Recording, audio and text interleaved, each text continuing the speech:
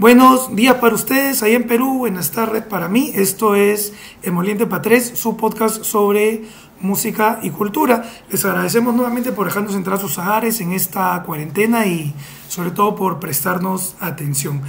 Por favor, no se olviden de, bueno, acá Gustavo, no sé qué layout vamos a tener, pero abajo de alguien va a estar el botón de suscribirse, el botón de like, están los comentarios, nos comentan, a veces nos demoramos, pero siempre les respondemos con mucho cariño. Entonces, hoy día vamos a hablar de niños artistas, niños estrellas, y vamos a hablar un poquito de esta relación. Y para esto tenemos a dos invitadas súper interesantes. Entonces, Gustavo nos va a presentar a una de ellas y le va a presentar a la siguiente. Bueno, hoy ya tenemos a Wendy Zulka como invitada. Wendy, gracias por aceptar la invitación. Ya era tiempo de que aparecieras en el programa. Que me levantara temprano. Ese es mi regalo de cumpleaños, que Wendy se despierta temprano, amigos. Imagínense. Ya, bueno, Wendy es una cantante que fusiona la música tradicional andina con música pop mainstream, pero en realidad ella viene de una larga historia, porque ella empezó muy chiquita en la música, de hecho, justamente haciendo música tradicional andina con su mamá y con su papi. Y justo por eso es que hemos invitado hoy, ¿no? Para ver cómo es que eso trasciende a cómo está ella hoy y también para que nos cuente un poco de las experiencias pues que ella ha tenido que pasar y vivir un poco en ese mundo cuando ella era todavía muy chiquita. Gracias por estar aquí una vez más, Wendy. Gracias. Gracias por la invitación. No, un gusto tenerte acá con nosotros. Bueno, y nuestra otra invitada es Lili Romero. Lili Romero es mira, a nosotros se nos ocurrió invitarla porque Lili Romero yo creo que es una de las personas en el Perú que más conoce sobre formación temprana de artistas, ¿no? Ella es fundadora y directora de Arte para Crecer. Ha formado a muchos músicos en el Perú desde chicos. Tiene una experiencia, tiene una trayectoria súper importante. Arte para Crecer es una de las instituciones en las cuales a mí me hubiera gustado estar desde chico. Entonces para mí es una alegría tenerte acá, Lili. Muchas gracias por compartir con nosotros en el Emoliente para Tres. No, gracias a ustedes por la invitación. Un gusto poder conversar y dialogar en este rico ambiente. Excelente, no, mucha alegría estar con ustedes. Entonces, entonces quería entrar un poco a este tema, pues, de niños artistas y niños estrellas, ¿no? O sea, porque, miren, es un tema en que probablemente en el Perú no hablamos mucho en términos de nuestra escena musical, pero es un tema del que se habla bastante en términos de escena musical global. Bueno, no global, en verdad la escena mainstream de Estados Unidos, básicamente, ¿no? Hay toda esta cuestión de una industria grandota de niños artistas que van por la vía, algunos les va muy bien, otros les pasan cosas en el camino, y es una cosa súper interesante y no entendemos muy bien cómo eso funciona todavía en el Perú, que tiene características súper diferentes, y a veces el peligro de que la discusión de niños y arte sea esta, a veces pasa por alto que hay un montón de formas de ser artista, ¿no? Y un montón de formas de ser niño artista y llevar la trayectoria. Entonces, mira, las dos invitadas de hoy me parece que van a ayudarnos a tener un programa espectacular. Básicamente, ellas están haciendo el programa espectacular. Entonces, yo quería comenzar mira, Wendy, no sé si nos puedes compartir un poquito de tu experiencia creciendo básicamente en la música, en esa trayectoria larga que tienes, ¿no? Y ahí le damos pase a Lili también. Sí, bueno, yo empecé desde muy chiquita, yo empecé a los 6 años, literal fue porque en mi familia se escucha mucha música folclórica. Mi papá era músico, era arpista, mi mamá cantaba antes de que yo naciera, entonces creo que ya lo llevaba en la sangre, y fue algo que se dio, o sea, no fue algo como que me presionaron o como que niña canta, o sea, de hecho yo fui la que dijo, voy a actuar, voy a cantar en el Festival del Día de las Madres, y le di la sorpresa a mi mamá. O sea, mi mamá ni siquiera sabía que yo iba a cantar, y la que me escuchó fue mi profesora, y fue ella la que me alquiló mi vestuario, la que me hizo ensayar la canción y todas esas cosas. Entonces fue algo que me nació, así literal, un amor puro hacia la música. Pero sí, yo reflexionando hoy en día, no me hubiera gustado empezar a ser chiquita, porque siento que yo, por ejemplo, a esta edad que tengo 24 años, yo siento que ya tengo como 40. Literal, yo le he dicho a Gustavo eso, porque siento que ya he vivido muchas cosas, entre cosas muy difíciles, me ha tocado pasar muchas cosas, entonces yo no he vivido tanto esta niñez, ¿no? Que se debería, pues, la debería haber vivido normal, digamos. Y mi papá, pues, cuando ya se entusiasmó con la idea de que yo era cantante, porque al principio no estaba de acuerdo, porque era una niña, yo fui como de las pioneras, las niñas así que salían a cantar guayno, no había ninguna niña cantante, entonces mi papá obviamente dijo, mi papá era músico, entonces tocaba en diferentes locales donde hay mucho alcohol, diferentes vicios, no sé, entonces tras noches, entonces dijo, no, mi hija no puede estar ahí en ese ambiente, o sea, yo lo conozco y no quiero que mi hija esté ahí. Claro. Pero luego de que mi papá se dio cuenta de que a mí me gustaba mucho, decidió apoyarme. Entonces ya cuando se entusiasmó empezó como un poco la responsabilidad, ¿no? Porque yo al principio lo vi como un hobby, como un juego, porque yo decía, venían cantantes a la casa de mi papá a practicar y yo decía, yo también puedo cantar. Siempre era así, como medio psicona. Yo también puedo cantar, yo también puedo hacer esto, yo también no sé. Entonces como que eso me animó y me incentivó a dar la contra de mi papá, porque mi papá siempre me decía, no, vete a tu cuarto, o sea, como que tú qué vas a saber, o no sé. Entonces yo como para dar la contra, por eso creo que me fui a cantar al Festival del Día de la Madre. Pero como les decía, creo que para mí no ha sido fácil, y creo que para nadie, ¿no? Creo que uno debería vivir su niñez a plenitud, su adolescencia, y yo creo que, pues, reflexionando hoy en día, me hubiera gustado empezar desde ya como, no sé, a los 15, ponte por ahí, ¿no? Y bueno, esa es como mi historia que les puedo contar. Bueno, y nos puedes contar un poquito de las experiencias que nos nos decías que estabas rodeada como de este tema de lugares con alcohol y esas cosas, porque claro, yo sé, porque lo hemos conversado, que tú tienes este rollo, por ejemplo, contra el alcohol, ahora un poco por esas experiencias que pasaste cuando eras más chica, ¿no? Porque a veces, o sea, también de hecho nos lo dijiste, ¿no? Has vivido muchas cosas en ese tipo de shows, por las horas, tardes en las que tenías que presentarte, por la gente con la que, a la hora a la que tenías que presentarte ya claramente estaba un poco sazonada, entonces era un poco más complicadito, pues, ¿no? Entonces, ¿crees que nos puedas contar un poquito de esas como anécdotas que has tenido que pasar, que fácil no eran tan chéveres, ¿no? Como para que la gente sepa un poquito, claro, que no es tan fácil, o sea, porque para mucha gente todo es, igual está ganando plata, y no es tan fácil. Es difícil, es demasiado difícil. Mi papá tenía razón, o sea, al principio él no quería que yo me meta a ese mundo, ¿no? Y tenía razón, lástima que yo era muy, ¿cómo se le dice? Hacía berrinche, pues. Pero bueno, contándole las anécdotas, sí, o sea, sí las pasé muy mal y lastimosamente a veces una niña no dice todo, ¿no? Lo que le pasa o lo que siente, entonces es muy difícil ahí. Por ejemplo, a veces después de cantar había muchas personas que se me acercaban, habían borrachos que se me acercaban, no sé, como que se pasaban un poco de más, ¿no? De que abrazando, que te agarran la cintura o que el tufo se te llegaba a ti, entonces yo cómo le iba a explicar eso a mi mamá, o sea, yo no sabía lo que estaba pasando, pero me incomodaba. Entonces, pero lastimosamente, pues yo era una niña, yo tenía que ahí 6, 7 años, entonces no sabía cómo explicarlo. Yo solo le decía, mamá, ya no quiero. Entonces mi mamá siempre decía, mi mamá no estaba enterada de eso, claro, porque no le pasaba a ella, pero claro, espérate, mi punto yo me perdí. Pero claro, ella no podía hacer nada. Porque, ¿cómo se llama?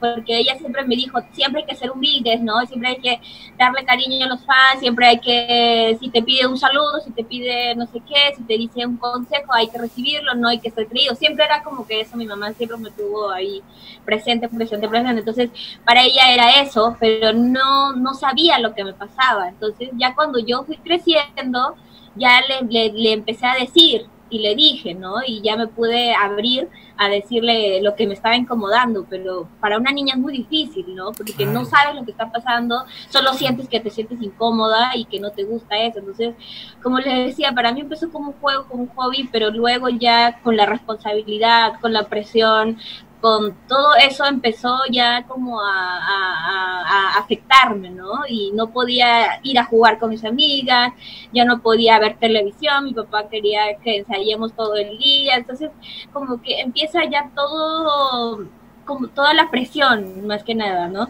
Y no era porque mi papá me quería explotar, o mi mamá me quería explotar, sino porque era algo de responsabilidad, o sea, ya era un trabajo. Y yo lo había tomado así, mis padres también lo habían tomado así. Entonces, bueno, como les digo, creo que no fue una buena decisión a pesar de ser muy niña, pero bueno, uno tiene que seguir adelante nomás, y pues ahora ya estoy disfrutando un poco más mis ratos libres, como se dice, ¿no?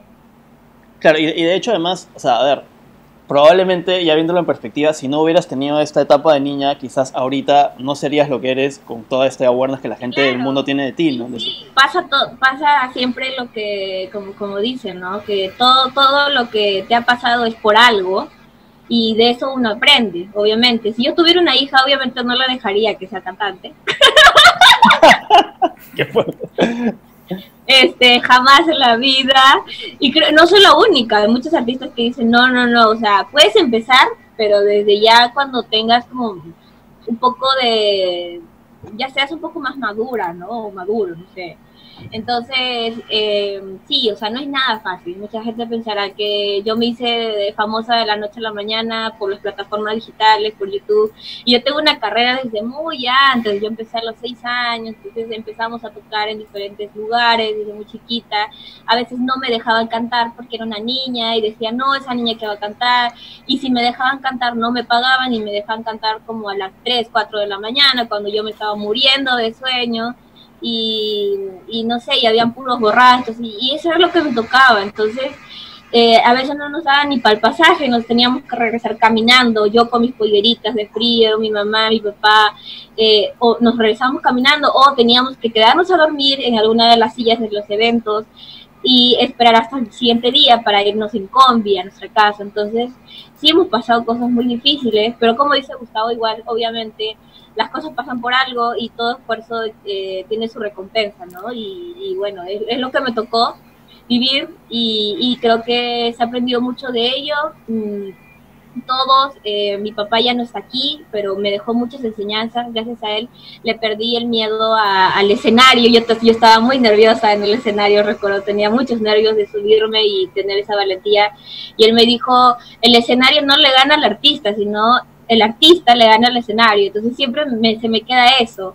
Mi mamá también siempre me enseñó como que retroceder nunca, rendirse jamás. Entonces son como enseñanzas que te dejan y hasta ahora los aplico. No, sí, genial, ¿no? Y esto me parece que es duro, ¿no? O sea, me imagino que para alguien que está creciendo y está aprendiendo debe ser bien duro, o sea, llegar y tener el spotlight, sobre todo cuando uno, y como bien dices, ¿no, Wendy? A veces, pues, cuando uno es chiquito no tiene, pues, el lenguaje para decir, ¿no?, por qué no te gusta algo, simplemente no te gusta, y lloras o te quejas, y no sabes si existe esta presión, y uno probablemente no tiene la madurez para entenderlo, ¿no? Y a mí me parece que esto habla un poquito, o sea, me parece que esto se relaciona con lo que estábamos hablando con Lili también, justo detrás de cámaras, ¿no? O sea, cómo se da esta formación temprana, y cómo se comienza a relacionar ese aprendizaje, digamos, Lili, de los chicos, de los artistas jóvenes, y cómo, digamos, trabajar este componente, en qué momento comenzar a salir, si es algo tan rígido, ¿cuál ha sido tu experiencia? Me imagino que debe cambiar de caso a caso. ¿Cómo ha sido tu experiencia formando músicos desde jóvenes? Mira, tú sabes que es muy loco, ¿no? Porque a partir de lo que venimos pensando entonces de este mundo, que es un mundo complicado para los chicos, y hablamos de que son niños artistas, estamos hablando de niños que han entrado a un mercado comercial. Y entonces esa sería la diferencia tal vez, ¿no? Claro. Es decir, ¿en qué momento un niño entra a un mercado comercial o en qué momento un niño es artista y se sigue manifestando como artista? Ella va a cantar de todas maneras, Wendy, tú siempre vas a cantar porque en tu casa se canta y se hace música. Así como el niño en cuya casa se hacen tablas de sarwa, va a pintar también sus tablas de sarwa. Uno aprende el arte como una lengua materna, y muchos dicen, lo lleva en la sangre, es un talentoso. En realidad, si te hablan permanentemente en un arte determinado, lo vas a aprender porque estás escuchando y mirando. En el caso de los músicos es así. Víctor Button también lo dice, estás rodeado en un mundo donde todos hacen música profesionalmente. y profesionalmente no necesariamente porque están trabajando en eso, que sí es el caso de ella, sino porque son músicos con un determinado nivel. Y permanentemente tu estímulo no es la clase necesariamente, sino tu vida. Entonces, ese hecho de dar ese ambiente musical para que uno pueda desarrollarse musicalmente, ese espacio donde ver a que alguien hace música y que no aprieta un solo botón para poder ver ahora el control remoto, es lo que yo quería hacer en Arte para Crecer. Y yo también sufrí lo que eran las clases de música que venían con una idea cuadrada.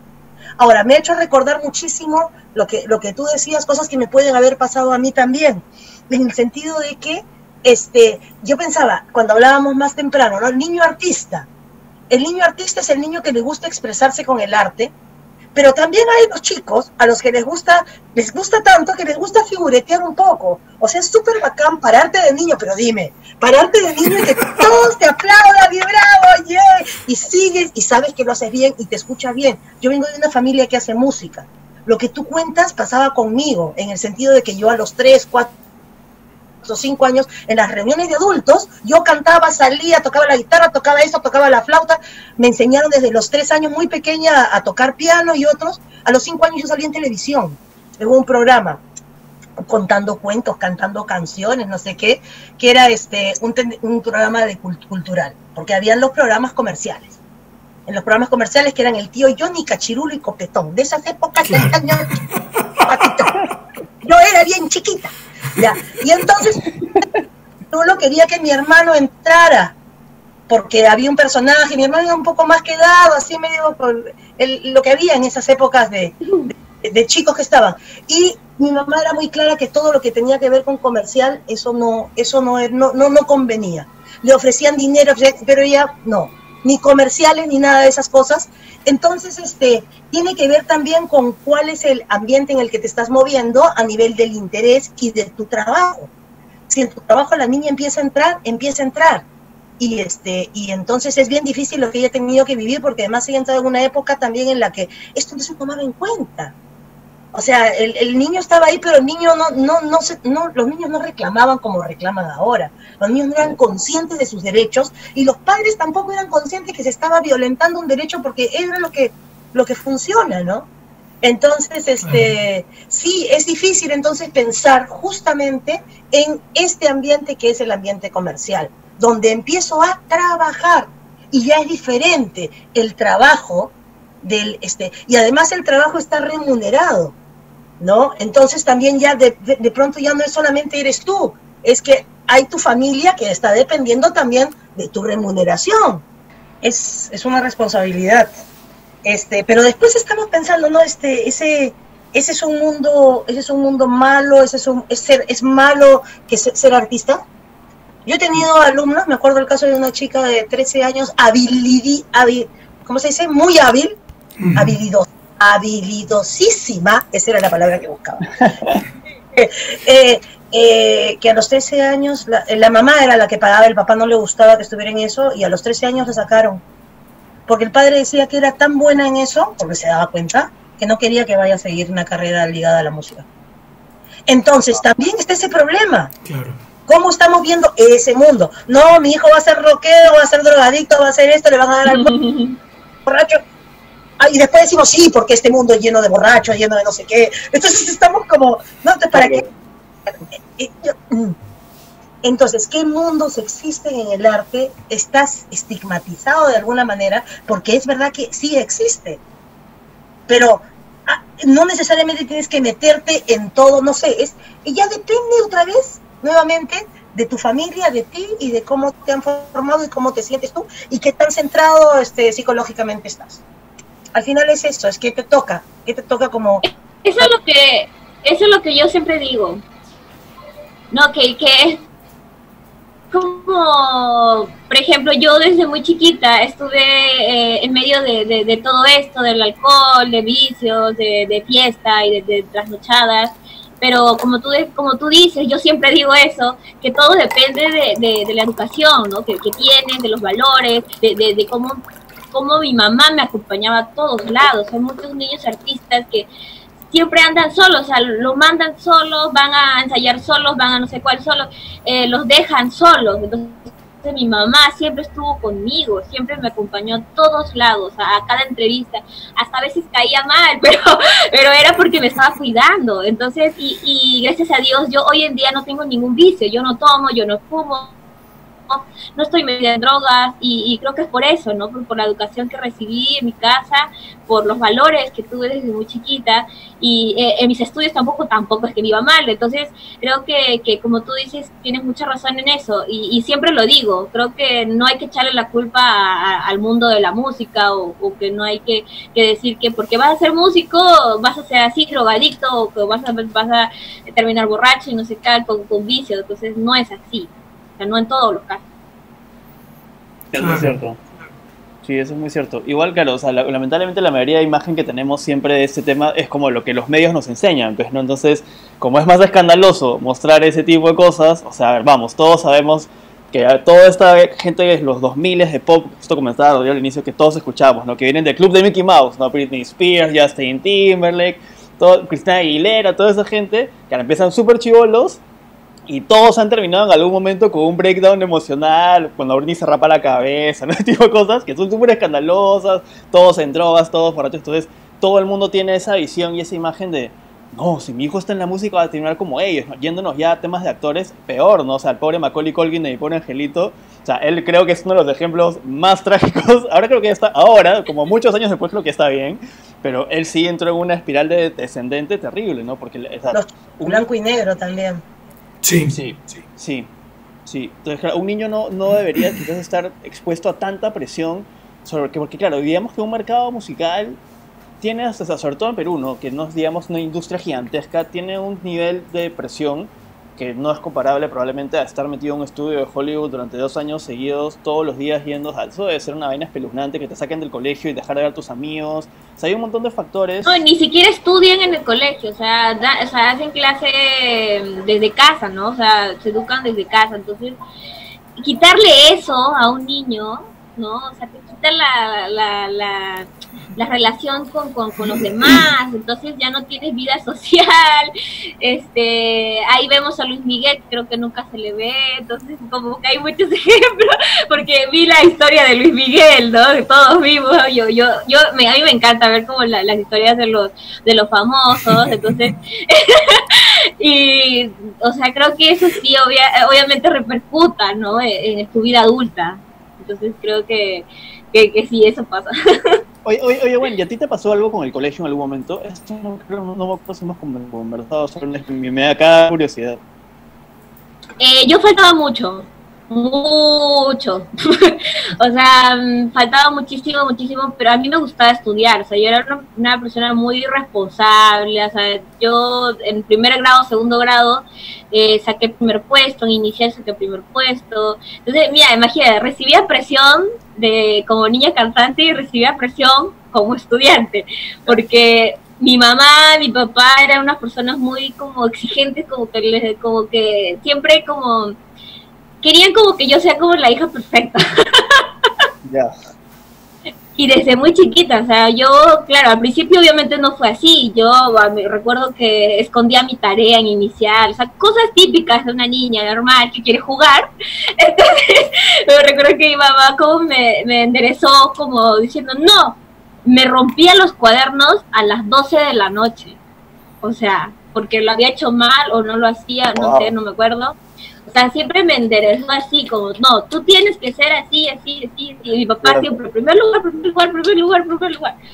O sea, entonces, entonces yo ya cuando fui creciendo, ya por mí sola, por mí misma, yo era responsable, yo tenía que entregar mis tareas a tiempo.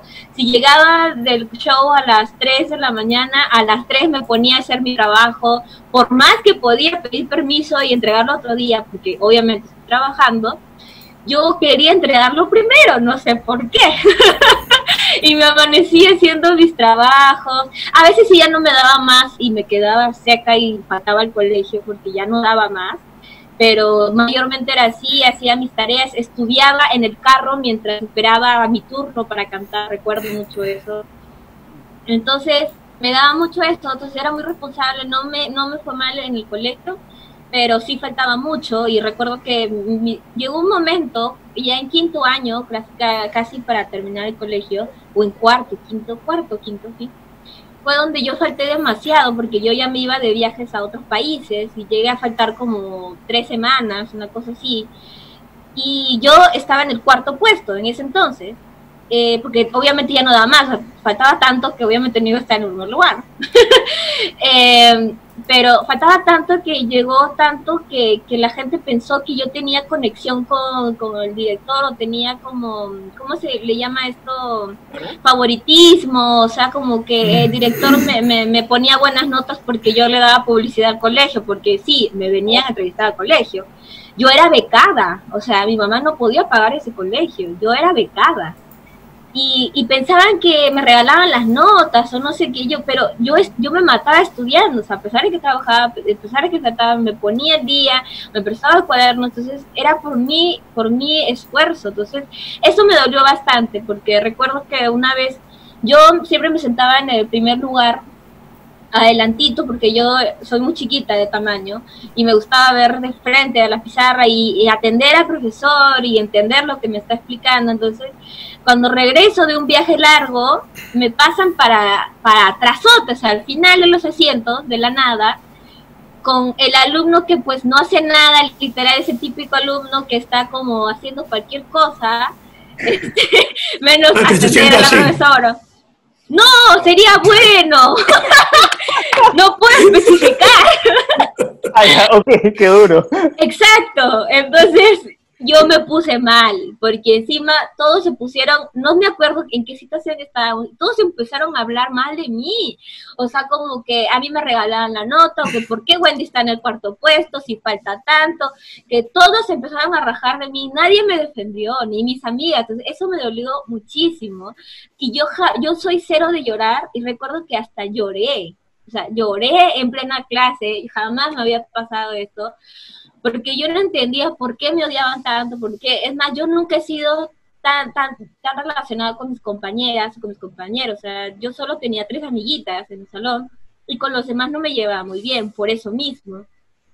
Y recuerdo que un profesor, a la siguiente clase, que yo ya estaba, pero así, llorando, y nadie me hacía caso, ni nadie, o sea, yo lloraba en silencio.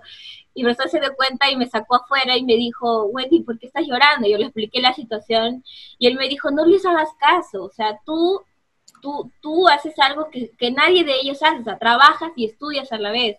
Y es algo que ellos no lo entienden, y que tal vez por la envidia o tal vez por diferentes factores te dicen eso, pero no les hagas caso. O sea, valora lo que tú haces, valórate a ti misma, y yo me siento súper orgulloso de ti. O sea, me dio unas palabras muy lindas que me levantó el ánimo, y siempre lo voy a recordar a mi profesor. Me sentí muy mal, pero hasta ahora no los veo a mis compañeros. O sea, ¿cómo se les digo esto? Sí, pues. No, pero es que fíjate qué importante eso que mencionas, porque qué importante es el acompañamiento, ¿no? En este momento que es tanto cambio para los jóvenes, claro, porque quieres explorar pues tu vena artística, pero al mismo tiempo te enfrentas pues con las expectativas del sistema, ¿no? Que son expectativas materiales incluyendo pues tu chamba, tu tiempo, tu inversión, pero también hay toda una serie de expectativas estéticas, artísticas, ¿no? O sea, porque esta cosa bien dura, ¿no? La máquina, los medios, te agarran y te trituran. Es una máquina de carne molida, ¿no? Entonces, hay este piel de los chicos, de los niños artistas, ¿no? Son súper chiquitos, son súper tiernos, ves a un ser humano tan pequeñito, con tremenda habilidad para cantar, para tocar, es súper atractivo, ¿no? Pero al mismo tiempo, pues, le exiges pues, que se comporte como un adulto, y si lo ve en la calle me tiene que dar un abrazo, me tiene que dar un autógrafo, si no es una creída o un creído.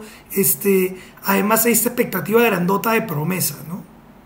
Uno a veces pues resulta, cuando uno tiene 6 años, pues, quieres cantar y etcétera, ¿no? Pero no es pues que sea el fruto de una carrera, ¿no?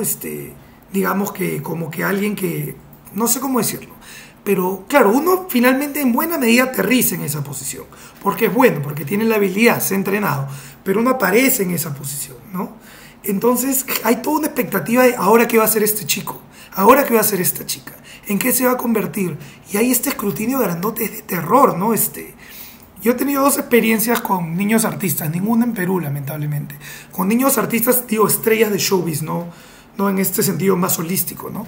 Una de ellas fue porque en Bloomington, cuando yo estudié mi doctorado en Indiana, yo fui a ver a Aaron Carter, el hermano menor de Nick Carter de los Backstreet Boys, que era pues un niño súper famoso cuando yo era adolescente en MTV. Él era un niño súper famoso y unas amigas me llevaron a verlo, pues, ¿no? Y el chico había tenido muchos problemas con drogas. Y es un chico súper flaco, cantando trap, en un escenario súper chiquito, cobrando $10 la entrada. Es la estrella de nivel mundial que más cerca he visto, como a 15 metros. Y el tipo, pues, estaba cantando trap, no era malo, pero, o sea, a la gente no le interesaba. Y le cantaban que cante las cosas que él cantaba cuando estaba en MTV, y la gente se loqueó cuando comenzó a cantarlo en MTV. Y de ahí él dijo, bueno, se acabó el show. Y la gente, ¡no! Y él, no, ahora voy a cantar lo que estoy haciendo ahora, si no, me voy. Y la mitad del público se fue, ¿no? Porque no querían escuchar lo que el tipo estaba cantando ahora. Entonces, una persona que tiene que ir a un pueblo minúsculo como el que yo vivía, para poder hacer que la plata le alcance, probablemente, ¿no? Y que ha pasado por temas de drogas. Estas expectativas son bien duras, ¿no? Y la otra es acá en Pakistán, ¿no? Hay un grupo étnico en el norte que son los Kalash, y es lo más cercano a un grupo indígena que hay en Pakistán en términos de lo que el Estado considera como un grupo indígena. No son musulmanes, ¿no? Y hay dos niñas que se hicieron famosas en un show, imagínense el jamming, pero a una escala mucho más grande, ¿no? Y que involucra a músicos tradicionales como parte central de la propuesta. Entonces, estas dos niñas, que se llaman Ariana y Amrina, se hicieron muy famosas. Y como parte de eso han estado incluidas en todas las campañas para traer, digamos, sensibilizar a la gente sobre Kalash y sobre el turismo en esta parte del país que para el resto de pakistaníes es tan exótica. Entonces, en todo lo que hay, estas dos niñas tienen que cantar. Y sobre todo una de ellas, no sé si es Ariana o Amrina, pero estas chicas pues que hablan Kalash no hablan inglés, no hablan urdu, que es el idioma oficial de acá. Entonces tú ves que la niña de repente no sabe qué hacer y ve que vienen pues todos estos gringos y estos pakistaníes pitucos a escucharla cantar y ella no sabe por qué. Y ella tiene pues que cargar en sus hombros, de chica de 10 años, todo el peso de representar a su cultura en un país donde básicamente ellos pues como no son musulmanes, básicamente son herejes, o son retrasados. Entonces es una dureza, es una cosa bien dura. Y entonces cuando Wendy me cuenta, por ejemplo, que hay esto que no saben, que uno no sabe cómo expresar este dolor, ¿no? O cuando Lily me dice al final, hay un montón de expectativas porque uno carga sobre sus hombros el peso pues de la economía familiar. Y en el caso de esta niña que lo cuento, del prestigio de su localidad en el país, ¿no? Es bien duro. O sea, a veces uno piensa pues qué bacán el glamour de tener a chicos siendo celebridades, pero el precio debe ser bien grande, ¿no? Es bien duro, ¿no? Sí, me has deprimido, amigo, qué fuerte. No es la idea, porque es bonito. O sea, a mí, claro, cuando yo veo Wendy o cuando veo el trabajo de Lily de formar artistas desde chicos y bueno, y ir acompañando las carreras, ¿no? Ver cómo Wendy ha tenido este acompañamiento es bien importante, ¿no? Pero es inevitable cuando Wendy me cuenta que tiene que quedarse a dormir en el Coliseo. O sea, ¿dónde está el corazón, por el amor de Dios? ¿Qué tipo de productores a veces tenemos en la industria que no son capaces de ver, que están trabajando con niños y con sus familias, ¿no? Me ha tocado cosas peores. Justo hace poco yo declaré que cuando mi papá falleció a los 8 años, cuando yo tenía 8 años, y mi mamá pasó a ser mi manager, ¿no? La que conseguí contrato. Entonces, todo el mundo sabe que en este medio, pues, la mujer no tiene esa misma autoridad que el hombre. Hay mucho machismo, sí, que claro, aprovechan de esa vulnerabilidad en la mujer. Y recuerdo que en una de esas mi mamá quería alquilar un local para hacer una fiesta mía. Y esta persona, estos promotores, productores, uno de ellos le propone una propuesta indecente, como se les dice, ¿no? Y aprovechándose de eso, de que tenía una hija pequeña, que quería salir adelante, y de estas cosas. Entonces son cosas, y así le ha tocado muchas cosas con músicos, con este promotor, aprovechándose de eso, de ser mujer y de que tenía a su cargo una niña. Entonces sí, o sea, hemos pasado cosas muy, muy fuertes y que mucha gente no sabe, ¿no? Y hasta hoy en día pasan ese tipo de cosas. Entonces, y lo he visto también, por ejemplo, en México, creo, si no me equivoco, no sé, no me acuerdo mucho de nombres, pero hay artistas que empezaron de chiquititas y hasta ahora cuentan que han sufrido tocamientos indebidos de productores, han sufrido violaciones, han sufrido muchas cosas. Y como yo te contaba, a veces una niña no sabe a lo que se expone, no sabe cómo decirlo, no sabe que eso está mal, entonces no sabe esas cosas. Y sí, hay muchas cosas que sí, a veces tal vez por los papás de que no están siempre al lado de los hijos o por diferentes factores, hay muchos diferentes factores y sí, o sea, hay cosas muy fuertes, ¿no? Que a veces no se cuentan siempre. Yo creo que hay una cosa, y es que cuando hablamos de esto en realidad, vamos a pensar, el niño en realidad está trabajando. Estaba pensando, ¿en qué otro campo que no sea arte los niños están permitidos de trabajar? No encontraba. Creo que no. Yo tampoco. No se me ocurre. Entonces, saquemos del lado que es artista. Está trabajando. ¿Un niño debe trabajar? ¿Es justo que un niño entre a trabajar? ¿Por qué entra a trabajar? ¿Porque al niño le gusta cantar, le gusta la tele, le gusta el esto? ¿O en realidad porque hay otras personas que están viendo que esta persona puede producir algo? Seguramente en gran medida también dinero, aunque en un momento puede ser fama, que yo creo que también es una cosa así, que mi hijo sea famoso, que mi hijo sea conocido, que mi hijo sea en la tele y aunque no le paguen, que esté ahí, todos estos concursos. Y los concursos de niños son una cosa que no debería existir. Concursos con niños, no, porque ¿a dónde los estás empujando? A ganar, a ser el que está delante, sobre todo los perdedores. No lo sé, yo con los concursos tengo, porque tu concurso es para ganar, no me digas que yo juego fútbol porque me gusta el juego y ya estoy harta, porque la siguiente perdemos, no nos queda otra, ¿no? Dile a un brasileño que no importa si pierdes, es otra cosa, o un argentino, en fin. Bueno, la cosa es que entonces están trabajando, ¿no? Entonces, ¿para qué? Para ser famoso, a eso estábamos. ¿Qué significa la fama? La fama significa apreciación, cariño, soy reconocido, soy lo máximo, o sea que en realidad soy reconocido es algo terrible porque simplemente ya no puedes vivir. Entonces, pero al final está trabajando. Entonces, eso es por ahí viene la mano. Vamos a dejar que nuestros niños trabajen. Estamos de acuerdo porque es un niño hábil y talentoso que trabaje. ¿Cuánto es trabajo? A mí me pasa en otra escala, yo dirijo un grupo de niños en Arte para Crecer y muchísimas veces nos llaman para tocar acá, para tocar allá, cuánto cobran, y nosotros no tocamos para tocar en diferentes lados porque es una institución, primero que nada, formativa. Entonces, tocamos para determinados eventos. Un evento que tenga un sentido para poder tocar. Tiene que ver con UNICEF, tiene que ver con lo de los Juegos Panamericanos, tiene que ver con cosas de derechos de los niños, del juego, buenas prácticas gubernamentales, el Ministerio de Ambiente. Entonces, como que nos preparamos para poder tener 2 o 3 cosas que se puedan hacer, porque si no, los chicos empiezan a tomarlo como una chamba y empieza a ser pesado. Y ya no es que bacán, me voy a presentar, sino, hoy día hay esto. Pero además, viene este asunto que me ha pasado con niños que hacen publicidad. El niño que hace publicidad ya empieza a pensar en el dinero. Que no digo que esté bien o que esté mal, porque todos necesitamos algo de dinero. Pero después es como, me voy a presentar, pero ahí no van a pagar, ¿no? Entonces ya tu presentación está relacionada a dinero. Voy a hacer una afirmación, pero me van a pagar. No es la del chico, uy, qué bacán, vamos a tocar. Y es esta frescura de todavía expresar, ¿no? En fin, creo que es eso, el niño está trabajando. A eso vamos.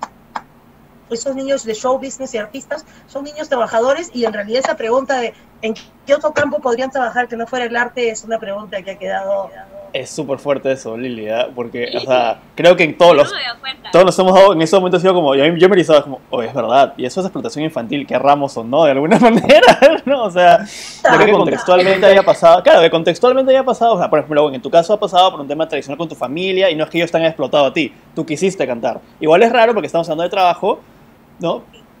Pero pasó, ¿no? No, y además que en este proceso tal vez los padres no se dan cuenta de eso, ¿no? Porque piensas que le estás dando en el gusto a los hijos, porque yo quería cantar. Entonces mi papá, mi mamá, como les digo, jamás me presionaron. Hay ciertas familias que sí presionan, ¿no? Tú tienes que cantar, no, vamos a este concurso, no. Jamás pasó eso conmigo, sino yo fui la que quiso cantar.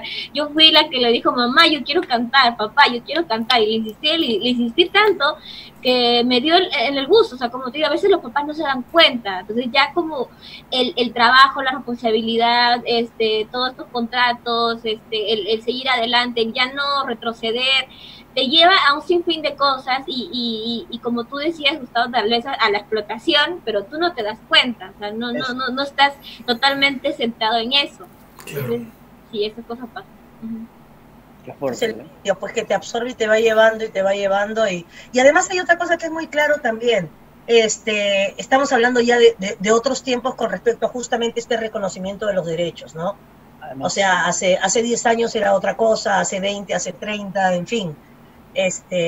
Es importante en todo caso ser consciente, como que somos mucho más conscientes de ellos y ellas, de esto, de lo otro, de muchas cosas en las que antes no reparábamos, ¿no? Claro. Y una de esas cosas también estaría ligada a esto, entonces, ¿no? Sí, a mí el tema de los concursos que has dicho me ha parecido súper fuerte y en verdad es súper importante, porque justamente, o sea, no solo aquí, ¿no? O sea, afuera hay un montón de estos programas de princesitas, de modelaje, ¿no? ¿Sí han visto esas cosas? Que, o sea, que son súper paltas. A mí me da un poco como de pánico ya cada vez que veo que existen, porque claro, son estas mamás, como dices, que están obsesionadas con la fama de los hijos para poder presumirlos como si fueran un trofeo en un anaquel. Y eso deshumaniza absolutamente, no solo el tema de la paternidad, sino al pobre niño que es un ser humano, ¿no? Que, claro, en ese momento, como dice Gwen, tú no sabes cómo reaccionar, o sea, para ti es como, qué bacán, estoy en tele, mi mamá está feliz y estoy contenta, claro. Pero no ves aplausos, claro, me están aplaudiendo, no estoy siendo, o sea, la gente está mirándome, pero claro. Claro, es una fuente de aprobación. Exacto, y por eso es que probablemente después, cuando creces y empiezas a darte cuenta que vienen todos estos breakdowns emocionales, porque empiezas a tú como persona madurar y darte cuenta, oye, me han usado, ¿no? Y eso es súper duro, es súper fuerte, Lili. Chévere, no me había pensado en eso. Con los actores también pasa, o con los chicos que cambian la voz, es que empiezas a detestarte a ti porque estás cambiando. Y como estás cambiando y te estás, iba a decir deformando, pero conformando diferente, ¿no? Claro. Y te cambia la voz, y te cambia la nariz, y te crece esto, y te crece lo otro. Entonces la gente ya no te quiere porque tú eres, ay, qué lindo el niño. Y entonces empiezas a detestar a ti y empiezas a detestar lo que está pasando contigo de manera natural, porque quisieras quedarte siempre siendo ese chiquito exitoso al que todo el mundo admiraba, al que todo el mundo quería, por el que todo el mundo se moría y que recibía ese afecto. Y entonces también puede haber una sensación de necesitar ese mismo estímulo, ¿no? Porque cuando uno ha estado en un escenario con miles de personas, que ¡wow! Hacen así como, es una cosa que es impresionante. Entonces también eso debe ser como una adicción, ¿no? Entonces, ¿dónde encuentras esa satisfacción, eso que se genera, ¿no? Y ahí puede venir toda esta ola que si no estás contenido en un ambiente familiar que te sostenga, a las buenas o a las malas, pero que te sostenga, es complicado. Sí, que es cierto, tú lo vas a decir. No, es súper importante, ¿no? Y nada, miren, y en ese sentido a mí me gustaría sugerir un punto que es largo, ¿no? Pero un punto como para ir iniciando un cierre largo, digamos. No, porque hay algo bien importante que ustedes han mencionado, ¿no? Que es que hay este balance como entre, bueno, yo quiero tocar y, digamos, la cuestión social y cultural alrededor de que un niño toque, ¿no? Que un montón de veces va a tocar presentarse, ¿no? Y que se presente y que toque con sus papás o que toque con sus amigos y etcétera, ¿no? Y está esto otro, pues que es esta parte del trabajo y esta parte, pues, que a veces se convierte, pues, en este showbiz despiadado y etcétera, ¿no? Entonces, yo lo que les quería preguntar a ustedes de sus experiencias muy particulares y muy valiosas es, ¿qué aconsejarían ustedes para hacerlo bien, ¿no? Para decir, digamos, estoy seguro, hay muchos niños artistas, ¿no? Hay muchos padres que ven a sus niños con talento y que no saben por dónde y comenzar a impulsar ese talento, ¿no? Y que sea un talento que en algún momento potencialmente, como en otros casos no, se va a convertir en algo que va a llevar a la fama, ¿no? ¿Cómo creen, o sea, sí que necesariamente tiene que ser así, pero en algunos casos va a pasar, ¿no? ¿Cómo creen ustedes de su experiencia que aconsejarían cómo hacer este proceso bien? Yo creo, en mi perspectiva, que si algún papá ve en su hijo algún talento, yo creo que, y le gusta hacerlo, le gusta cantar, le gusta tocar, yo creo que hay que desarrollarlo, ¿no? Hay que meterlo a estudiar, que se prepare para que cuando llegue a terminar el colegio y quiera ejercer una carrera, ya sea como músico, cantante u otra carrera, bueno, y si le gusta eso, lo puede hacer bien, entonces ya está preparado. Y cuando quiso hacerlo, lo hizo, porque cuando estudias, pues tocas, estás cantando, estás practicando, estás ensayando, pero no te están presionando, entonces es muy diferente. Entonces creo que por ahí iría mi consejo de preparar a los hijos, llevarlos a clases de canto, llevarlos a clases de música, a la par no descuidando sus estudios también, porque es muy importante, y cuando ya el hijo tenga una madurez, pueda decidir qué va a querer hacer con su vida, ¿no? Totalmente de acuerdo, Wendy. Y es que en realidad nosotros queremos, las artes, en este caso la música, es una lengua que tiene incluso varios idiomas, pero es una lengua. Entonces, creo que si nosotros debemos aprender a hablar bien esta lengua, a ser alfabetos en esta lengua, a entender cómo funciona de la misma manera en la que aprendemos otras materias. Entonces, esa formación es importante, una formación que además tenga un soporte emocional, que no sea una instrucción, que no sea porque tú vas a aprender esto, entonces tienes que hacer 1, 2 y 3, sino que esté vinculado a un aprendizaje significativo. Yo no voy a aprender a hacer una clave de sol y notas si no significan nada, a no ser que sea una clase de artes plásticas y voy a ver sobre la lindísima curva de la clave de sol. O sea, ¿no? Porque ¿qué diablos tiene sentido, o sea, una clave de sol en la nada? No aprenderte unas notas de la nada, no. Esa es la parte de alfabetización de lo que uno hace. Uno canta, uno siente, uno se relaciona con la música y uno empieza a generar un pensamiento muy avanzado a partir de todo lo que son las secuencias, las estructuras y un montón de cosas que se desarrollan cuando uno aprende este idioma, esta lengua que es la música. Entonces hay que formarse. Si la persona le gusta presentarse, es talentosa, habría que decidir, yo quiero que mi hijo trabaje o quiero que mi hijo tenga esa exposición que él desea. Y esa exposición que es necesaria es una exposición que tú puedes encontrar también en algo de la escuela, en algo comunitario. Entonces vincula esos intereses a aportar. O lo que yo, por ejemplo, hacía esto, cuando nosotros salíamos de gira con los chicos, nosotros hacíamos un concierto, pero lo que yo buscaba era permanentemente tener un intercambio con gente del lugar. Entonces me acuerdo en el Cusco tuve un intercambio con chicos que tocaban sicuri y nosotros traíamos el cajón.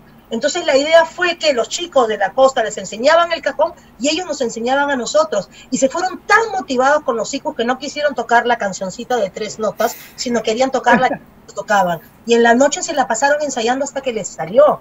Porque el vínculo era entonces no soy el de Lima, que vengo a Cusco a presentarme, mira qué bacán como toco, que toco esto. Somos especialistas en eso. Especialistas en eso, sí, tal cual. Sí, la típica, ¿no? Entonces, sino que hay un respeto de lo que el otro está haciendo. Y la música te permite aprender de manera intercultural y respetuosa. Porque en el momento en el que tú empezaste a tocar tu zampoña y te mareaste y te dolió la cabeza, no sé qué y no sé cuántos, vas a apreciar a estas personas que están horas de horas tocando y vas a apreciar a ese hombre que se sube al micro tocando su zampoña y tocando su charango a la vez y vas a decir, wow, qué capo.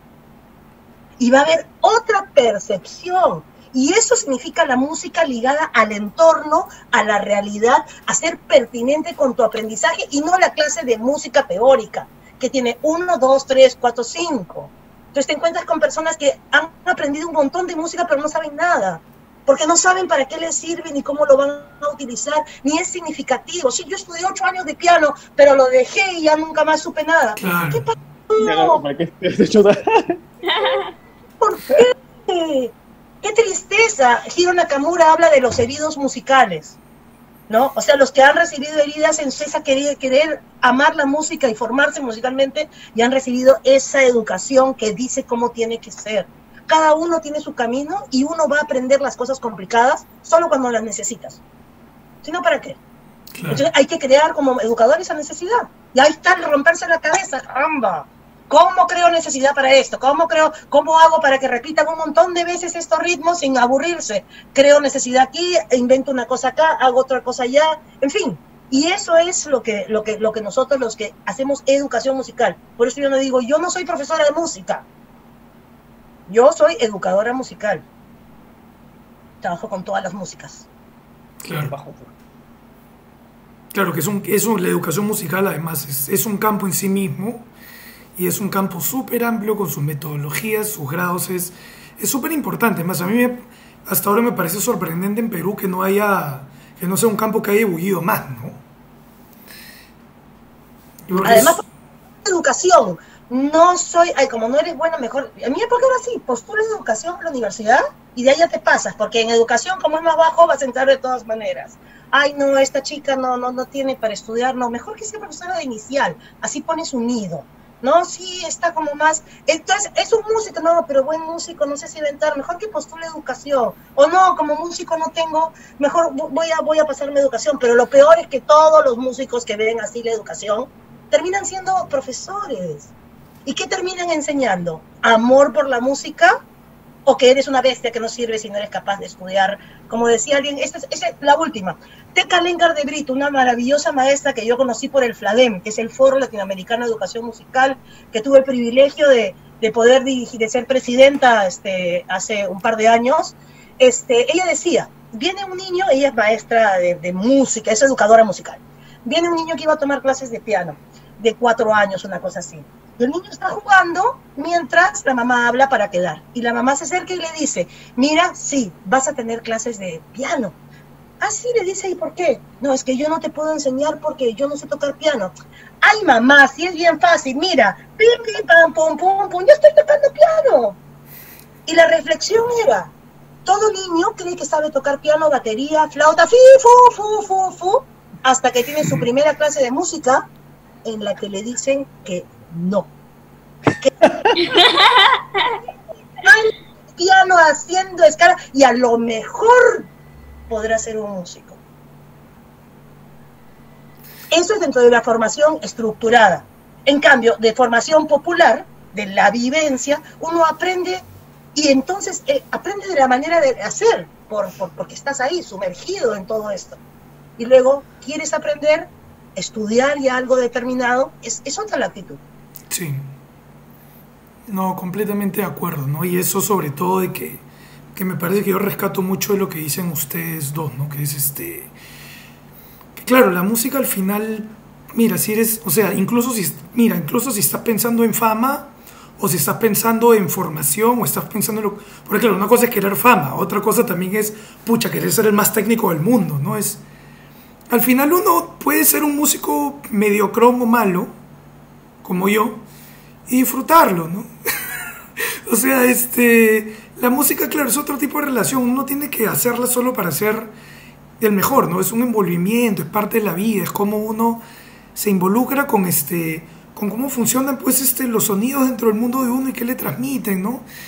Y es cierto, pues, esto que dicen ustedes, un montón de veces este tipo de presiones, pues, le quitan las ganas a uno, ¿no? Y uno llega, pues, chiquito, pues, con ilusión. Y de repente, pues, ves, pucha, me tengo que aprender todo esto, y aparte me dicen que no soy bueno, y pucha, da tristeza, ¿no? Entonces, y bueno, y si de eso, pues, nos sale un prodigio, o nos sale, pues, digamos, de un involucramiento, pues, digamos, sensible y empático con la música, nos sale un prodigio, o nos sale alguien súper famoso, pucha, en buena hora, ¿no? Pero claro, no debería ser necesariamente el objetivo de hacer algo que por lo menos entre nosotros que estamos conversando es algo que estamos creciendo por placer, ¿no? Exacto, ya termina siendo una expresión humana, o sea, vas más allá del dinero, la fama, o sea, es una expresión, o sea, el arte es una expresión humana de todo lo que tenemos dentro y queremos botar de alguna manera, ¿no? O sea, pintura, escultura, música, teatro, cine, lo que fuese, ¿no? O sea, es una manera de hablar, es una manera de comunicarnos, como decía Lili justamente, ¿no? O sea, es un lenguaje más, para mí, de hecho, ya me pongo en cursi, el lenguaje más chévere que tenemos como seres humanos, ¿no? O sea, como personas, o sea, y eso es como súper valioso, ¿no? Qué loco, empezamos hablando de niños músicos y terminamos hablando del sentido filosófico de la música para los seres humanos, pero es que finalmente es la cadena, ¿no? O sea... Porque nos emociona, porque al final la música toca nuestras emociones, de qué manera vaya usted a saber, por qué, ya, es otra cosa, pero que nos emociona, y todo lo que nos emociona, de miedo, de alegría, de goce, de susto, de todo eso tiene otro nivel sensible, seguramente es aún nosotros más primarios, ¿no? Uga, uga. Excelente. Yo quería preguntarles, Gustavo, Wendy, Lili, si tienen algo que les gustaría decir para terminar. Yo, está perfecto. Me encanta que el cierre haya terminado como en este círculo loco de un tema un poco hasta más profundo del que pensábamos tocar. Me encanta. Bueno, yo nada más agradecer mucho, que me quedé sorprendida, me alegro mucho de haber podido participar de esta conversación. Si quieren conocer algo más de Arte para Crecer, solo pones Arte para Crecer todo juntito en el Google y ahí van a aparecer varias opciones de encuentros para poder interactuar más y, en fin, contarles cuando hacemos talleres, cosas que están relacionadas justamente a este aprendizaje de la música de manera afectiva y vivencial. Sí, voy a poner tu link además en la descripción del video para que la gente pueda entrar directamente. Wendy. Nada, muchas gracias por la invitación. Ha sido una plática muy bonita. Me he podido desahogar. Hace tiempo que no hablaba de este tema.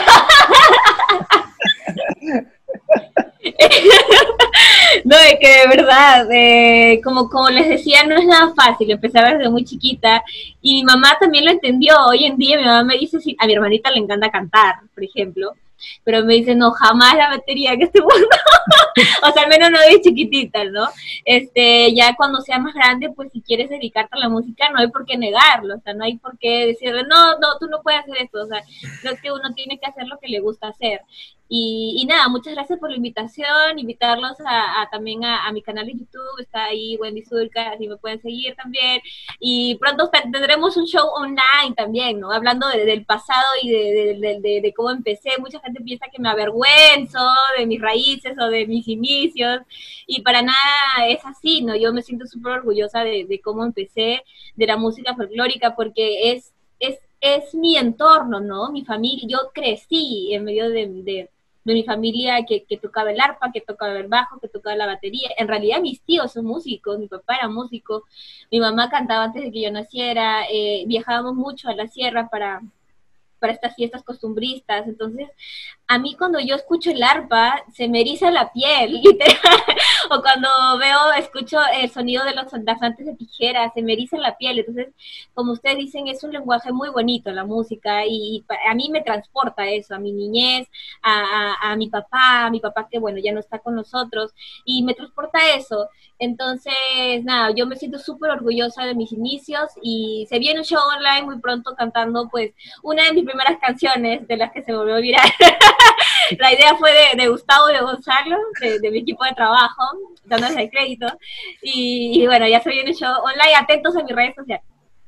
Excelente, también voy a poner tus links de redes sociales abajo para que te sigan, ¿no? Y anotar además que, pucha, Wendy, o sea, el trabajo que estás haciendo ahorita, pucha, me parece lo más vanguardista acá en Pop Nacional. Me parece que estás haciendo las cosas súper bacán. En mi opinión, irrelevante, evidentemente, pero que solo me representa a mí, pero nada, me parece súper bacán. Y nada, yo en verdad ha sido un placer tenerlas de invitadas, un placer, por supuesto, también como siempre conversar con Gustavo y estar en este espacio que yo honestamente disfruto mucho. Y bueno, espero que también lo hayan disfrutado ustedes que nos ven. Esto fue Moliente para Tres. De nuevo, síganos, coméntenos, pongan sus manos para arriba o para abajo. A veces extrañamos, no hay duda, siempre digo que a veces necesitamos un poquito de hate, pero nada, nosotros le vamos a recibir su hate con mucho cariño. Bueno, muchas gracias y ya nos vemos. Chao, chao.